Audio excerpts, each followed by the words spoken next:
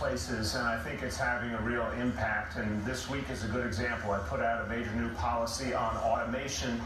Actually went on another network where I'm often not welcome, but I went there to talk about something that's affecting a lot of American workers, tens of millions. And I talked about a plan that no one else is talking about to actually stop the tax breaks that are going now to companies that automate and put workers out on the street to take away American jobs, and instead actually have a robot tax, have a tax on automation to create the funds to provide new jobs for American workers and to disincentivize companies from taking away those jobs. This is a very different proposal.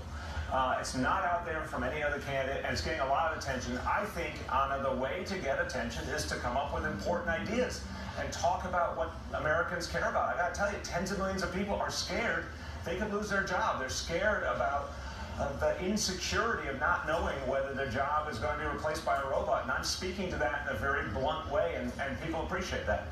You sound a little bit like Andrew Yang. How does your plan differ from his?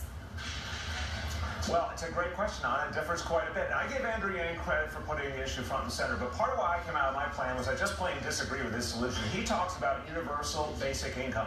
That basically means every American displaced from their job gets a check once a month.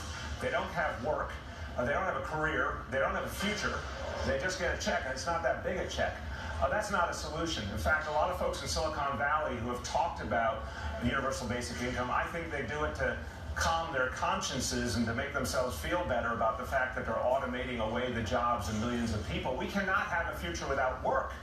The American people actually need the dignity of work, the meaning of work, but also the security of work.